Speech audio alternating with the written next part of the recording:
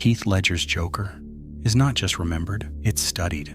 Years later, people still go back and watch The Dark Knight, not just for Batman, but for him. But the truth is, this performance almost never happened. Back in 2006, when Christopher Nolan was preparing The Dark Knight, the biggest question was simple: who could play the Joker? This wasn't just any character. This was one of the most iconic villains ever created, and naturally, expectations were huge. Studios, fans, everyone had their own ideas. Names like Robin Williams, Adrian Brody, Jude Law, even Steve Carell were being discussed at different points. Heath Ledger? He wasn't even in the conversation for most people. At that time, Ledger was known for completely different roles: romantic films, light-hearted characters, a young, charming actor, not someone you'd imagine as a chaotic, violent mastermind. So when his casting was officially announced, the backlash was instant. People were confused, some were angry, and a lot of people just laughed it off. They thought it was a mistake, a serious one, but Christopher Nolan didn't care about public opinion. He wasn't looking for the obvious choice. He wanted someone who could take risks, someone who wouldn't just play the Joker, but rebuild him. And for some reason, he believed Heath Ledger could do that. Instead of defending himself publicly, Ledger did something smarter. He disappeared. No interviews, trying to prove people wrong. No arguments. He just went quiet. And then he locked himself in a hotel room for weeks, completely alone. Think about that for a second. No phone calls, no social life, no distractions. Just a room and a character he needed to become. During that time, Ledger started creating his Joker from scratch. He didn't want to copy Jack Nicholson. He didn't want anything familiar. He wanted something unpredictable, something uncomfortable. So he began experimenting. Different voices, different laughs, different ways of moving, speaking, reacting. He even kept a personal diary, not a normal one, a Joker diary. Inside it, he wrote disturbing thoughts, random ideas, images, anything that could help him understand how this character thinks. This wasn't just acting anymore, this was obsession. Slowly, the character started forming. The voice became rough, unstable. The laugh became unsettling. The personality completely chaotic. This Joker wasn't trying to be funny. He wasn't trying to impress anyone. He was just dangerous. When filming finally began, people on set noticed something immediately. Ledger could switch instantly. Off camera, he was calm, friendly, relaxed. But the second the camera started rolling, it was like a different person walked in. Even experienced actors felt it.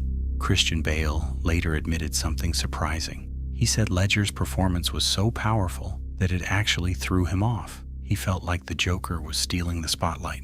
Now think about that. Batman being overshadowed in his own movie. That doesn't happen easily. One of the most intense moments came during the interrogation scene. You've probably seen it. Batman slamming Joker across the table, demanding answers. That scene felt real, because parts of it were. Ledger told Bale not to hold back. He wanted real hits, real reactions. At one point, he was even throwing himself into the walls, hitting tiles, pushing his body to the limit, all for authenticity. And it wasn't just the big scenes, it was the small details that made the difference. The way Joker licks his lips, the way he pauses before speaking, the way he stares without blinking.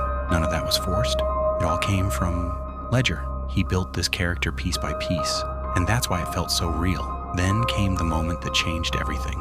December 2007, the first trailer dropped, and suddenly, silence. All the hate, gone, all the doubt, disappeared. Because now people could see it. This wasn't the pretty boy actor anymore. This was something else, something darker, something unpredictable. The line, "Why so serious?" alone was enough to shake people. And just like that, the Joker became the most talked about part of the film. But behind the scenes, things weren't as perfect as they looked. Ledger was pushing himself hard, too hard. He later revealed that during filming, he struggled with sleep, sometimes only getting 2 hours a night. His body was tired, but his mind wouldn't stop. It kept running, constantly thinking, constantly active. To deal with it, he started taking sleeping pills. At the time, it seemed like a small thing, just something to help him rest. But sometimes, small things turn into bigger problems. Despite everything, Ledger himself said something interesting. He said playing the Joker was the most fun he had ever had as an actor. Imagine that. Behind all the darkness, he actually enjoyed the process. He was proud of what he was creating. And then everything stopped. On January 22, 2008, Heath Ledger was found dead in his apartment in New York. He was only 28 years old. The cause? An accidental overdose of prescription medication, a mix that his body couldn't handle. The news shocked the entire world. Fans, actors, friends. No one expected it, because behind the intense roles, he was known as a kind, humble person. The hardest part? He never got to see the final film. He never saw the audience reaction. He never saw what his performance became. When The Dark Knight released in July 2008, it wasn't just a success. It was a phenomenon. The movie broke records. But more importantly, people couldn't stop talking about the Joker. Every scene he was in felt different, tense, unpredictable, real. Critics praised it, fans praised it, even other actors were blown away. Michael Caine once said Ledger's performance was so terrifying that it made him forget his lines. That's how powerful it was. In 2009, Heath Ledger was awarded the Oscar for Best Supporting Actor, but he wasn't there to receive it.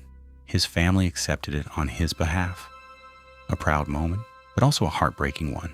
Even today, years later, his Joker is still considered the greatest, not just in comic book movies, but in cinema itself. He's mentioned alongside legendary villains because what he did was different. He didn't just play the Joker, he changed how people see the character. Before him, Joker was a villain. After him, he became something deeper, more psychological, more real. And maybe that's why his performance still stands at the top, because it doesn't feel like acting, it feels like something that actually existed, something chaotic, something dangerous. And no matter how many actors take on the role in the future, there's always going to be one comparison, one standard, one version people go back to. Heath Ledger's Joker.